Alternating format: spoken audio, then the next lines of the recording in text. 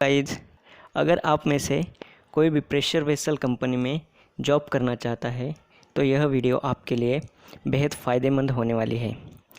आज हम कुछ ऐसे सवाल देखेंगे जो अक्सर प्रेशर वेसल इंटरव्यू में पूछे जाते हैं। तो चलो स्टार्ट करते हैं हम अपना सवाल number 1। What is the pressure vessel? जो इंटरव्यूअर है वो पहले बेसिक जानकारी लेगा कि आपको प्रेशर वेसल के बारे में बेसिक्स पता है कि नहीं। ठीक है, तो इसका आपको सिंपल सा जवाब देना है कि pressure vessel is a device which stores a fluid under pressure. Fluid may vary with the types of applications such as a chemical reagent which are used in a chemical and oil and gas industries. ठीक है, means जो fluid use होता है वो application के हिसाब से change होता है. इतना आपको एक्सप्लेन करना है, ज़्यादा डीप में जाने की ज़रूरत नहीं. ठीक है, सवाल number 2. What are the types of pressure vessels? See, the pressure vessels having various types are categorized as per its design parameters, as per its working pressure and its orientation. ठीक है, in pictures shown the vertical pressure vessels and the horizontal pressure vessels. Vertical pressure vessels are placed vertically upward in the directions and the horizontal pressure vessels are placed horizontal in the direction. ठीक है, इसमें भी कुछ types होते हैं जो pressure के हिसाब से डिफ़र किए जाते हैं. इसमें low pressure vessels and the high pressure vessels, it is a totally depends upon the design pressures. Pressure vessels का पूरा साइज़, ओरिएंटेशंस, यह उसके डिज़ाइन प्रेशर के ऊपर डिपेंड्स करता है. अभी हमने देखे जो सिर्फ सिलेंड्रिकल शेप में थे, बल्कि यह स्पेरिकल शेप में भी पाए जाते हैं. लेकिन आपको कंपनी का बैकग्राउंड एंड उसके प्रोडक्ट्स भी देखना है और उसके हिसाब से आंसर करना है. ठीक है, अगर कंपनी में स्पेरिकल प्रेशर वेसल नहीं बनते तो आपको ये बताने की आवश्यकता नहीं है, बस यह आपके जानकारी के लिए था. तीसरा सवाल है, what is the code of constructions of pressure vessels? देखिए, इंटरव्यूअर कोई भी रहे वो आपको कोड ऑफ कंस्ट्रक्शंस के बारे में ज़रूर पूछेगा, क्योंकि प्रेशर वेसल एएसएमई का स्टैंडर्ड प्रोडक्ट है. तो स्टैंडर्ड प्रोडक्ट होने की वजह से उसका हर एक स्टेज स्टैंडर्ड के हिसाब से मैन्युफैक्चरिंग होता है. ठीक है, आपको उसके स्टैंडर्ड्स के बारे में भी जानकारी रखना आवश्यक है. तो देखिए, कभी भी अगर ऐसा सवाल कोई पूछता है तो आपको सिंपली बताना है कि एएसएमई सेक्शन 8 के हिसाब से प्रेशर वेसल मैन्युफैक्चरिंग होता है. इस सेक्शन में भी 3 अलग अलग टाइप्स दिए हैं, जैसे division 1, division 2 and the division 3. ठीक है, ASME section 8 division 1 gives rules for the constructions of pressure vessel, low pressure vessel. ठीक है, ASME section 8 division 2 gives an alternative rules for the construction of pressure vessels, and ASME section 8 division 3 gives the rules for the construction of high pressure vessel. Okay, next question is regarding materials. What are the materials codes for the pressure vessels? Pressure vessel के लिए जो भी material लगता है वो ASME ने पहले ही define करके रखा है. वो सब मटेरियल एएसएमई सेक्शन 2 में आता है. ठीक है, section 2 is also categorized into the 4 different parts. Those are A, B, C and D. ठीक है, ASME section 2 part A is for ferrous material specifications. इसमें सब फेरस मटेरियल्स आते हैं. एएसएमई section 2 part B is for non-ferrous material specification like plastic and all these things. ASME section 2 part C is for welding rods, electrodes and the filler wires material specification like consumables. ठीक है, ASME section 2 part A is for properties customary or the metrics. ठीक है, इतना materials के बारे में आपको जानकारी रखना ज़रूरी है. नेक्स्ट क्वेश्चन है, व्हाट इज़ द QAP और द ITP? सी, अगर आप क्वालिटी डिपार्टमेंट में इंटरव्यू के लिए जा रहे हो तो ये सवाल आपको ज़रूर पूछा जाएगा कि QAP क्या है और द ITP क्या है. ठीक है, QAP stands for the quality assurance plan and the ITP is stands for the inspection test plan. यह दोनों का मीनिंग सेम ही होता है.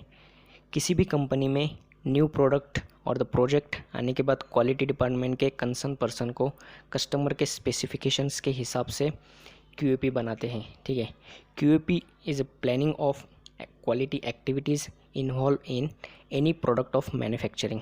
ठीक है, QAP डिसाइड करता है कि कौन से स्टेज में प्रोडक्ट का इंस्पेक्शन करना है और कौन से में नहीं करना है। ठीक है, in short QAP means the involvement of the quality engineer in any particular product और द प्रोजेक्ट। QAP में बहुत स्टेजेस होते हैं जो हम अलग से वीडियो में डिस्कस करेंगे कि QAP कैसे बनाते हैं एंड कौन सी स्टेज कहाँ पर रखनी है। अभी फ़िलहाल सिर्फ इंटरव्यू का ओवरव्यू देखते हैं। ठीक है, next question is what is the WPS? WPS is stands for the welding in which all the required standard specifications are included. See, most of the pressure vessels are fabricated by using welding method. ठीक है, and जहाँ पर भी welding आता है तो welder qualification भी required होता है, तो आपको वेल्डिंग का इंफॉर्मेशन होना भी उतना ही आवश्यक होता है। वेल्डिंग के बारे में most of the information ASME section 9 में दी गई है। WPS यह एक ऐसा डॉक्यूमेंट्स है जिसमें स्टैंडर्ड के हिसाब से वेल्डर ने किस तरह से वेल्डिंग करना चाहिए ये दिया है। ठीक है, इसमें 3 टाइप्स के पैरामीटर्स आते हैं। एक है इसेंशियल वेरिएबल्स, दूसरा है नॉन इसेंशियल वेरिएबल्स और तीसरा है सप्लीमेंट्री इसेंशियल वेरिएबल्स। यह वेरिएबल्स नेक्स्ट क्वेश्चंस में डीपली डिस्कस करेंगे। WPS भी काफ़ी बड़ा कंसेप्ट होता है, यानी कि जो वेल्डर क्वालिफिकेशन के लिए यूज़ होता है, तो इसका भी डिटेल से अलग वीडियो में डिस्कस करेंगे। ठीक है, next question is what is a PQR and the WPQ? See, PQR is stands for the procedure qualification record. Welding procedure बनाने के बाद हमें उसे क्वालिफाई करना होता है और क्वालिफाई करने के लिए वेल्डर उस WPS को रेफ़र करके वेल्ड कूपन रेडी करता है। ठीक है, वो weld coupon non destructive and the destructive testing के लिए भेजना होता है। नॉन डिस्ट्रक्टिव टेस्टिंग में radiography test and the ultrasonic test आता है। अगर वेल्ड कूपन रेडियोग्राफी और द अल्ट्रासोनिक टेस्टिंग में एक्सेप्ट होता है तभी उसे मेटलर्जिकल लेबोरेटरी में भेजा जाता है और वहाँ पर उसका केमिकल एंड मैकेनिकल टेस्ट होता है। केमिकल में उसका स्पेक्ट्रो और मैकेनिकल में उसका टेंसाइल एंड अदर जो यील्ड स्ट्रेंथ है वो चेक करते हैं। ठीक है, और अगर टेस्ट कूपन दोनों टेस्ट में पास होता है तभी टेस्टिंग के सब पैरामीटर्स एक रिपोर्ट्स में रिकॉर्ड किए जाते हैं और उसी डॉक्यूमेंट्स को PQR कहते हैं। ठीक है, and the WPQ is the welder performance qualification. I strongly recommended to keep in mind the sequence of the welder qualification. ठीक है, पहले WPS बनता है, उसको फॉलो करके PQR बनता है, और जब नया कोई वेल्डर्स रिक्रूट करना होता है और उसे उस WPS के अंडर क्वालिफाई करना होता है तब उसके जो वेल्डिंग के पैरामीटर्स हैं वो WPQ में मेंशंस होते हैं। ठीक है, नेक्स्ट क्वेश्चन है what is essential variables? See, essential variables are those parameters in the welding procedure specification. When they change beyond its limit we have to requalify our WPS. ठीक है, WPS में parameters की range define होती है. These variables are affected on the mechanical properties of the weld joint. ठीक है, ये जो वेरिएबल्स होते हैं वो डायरेक्टली अफेक्ट करते हैं हमारे mechanical properties of the weld joint. Base materials, filler materials, thickness of the base plate, weld positions are some essential variables. इसे एक एग्जाम्पल कर समझते हैं. ठीक है, मान लो हमारे पास एक MS माइल्ड स्टील का IS 2062 का WPS है और हमारे प्रोजेक्ट में SS 316 का मटेरियल यूज़ होने वाला है. तो बेस मटेरियल चेंज हो गया इसलिए हमें WPS फिर से बनाना पड़ेगा फॉर द SS 316 मटेरियल. ठीक है, तो ये जो वो P नंबर से डिफाइन होता है और P नंबर चेंज हो गया तो P नंबर हमारा इसेंशियल वेरिएबल है इसलिए हमें फिर से WPS बनाना पड़ेगा. ठीक है,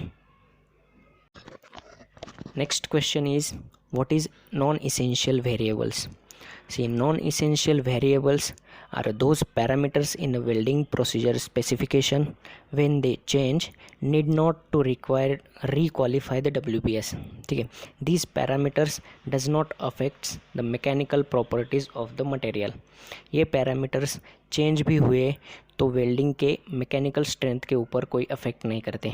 ठीक है, जैसे groove design, backing, root spacing, these are the non-essential variables. Next question is, what is supplementary essential variables? When the supplementary essential variables are changed, it will affect the toughness properties of the weld joint or the near to the weld joint. ठीक है, it is the same as per the essential variables, only the change is of toughness test is required in the procedure qualification record. ठीक है, ये इस supplementary essential variables and the essential variables ये दोनों same ही होता है, बस supplementary में क्या एड्स होता है कि टफनेस टेस्ट रिक्वायर्स होता है PQR में. ठीक है, base metal group number, toughness limits and the diameter of the filler metal, post weld heat treatments are the some supplementary essential variables. ठीक है,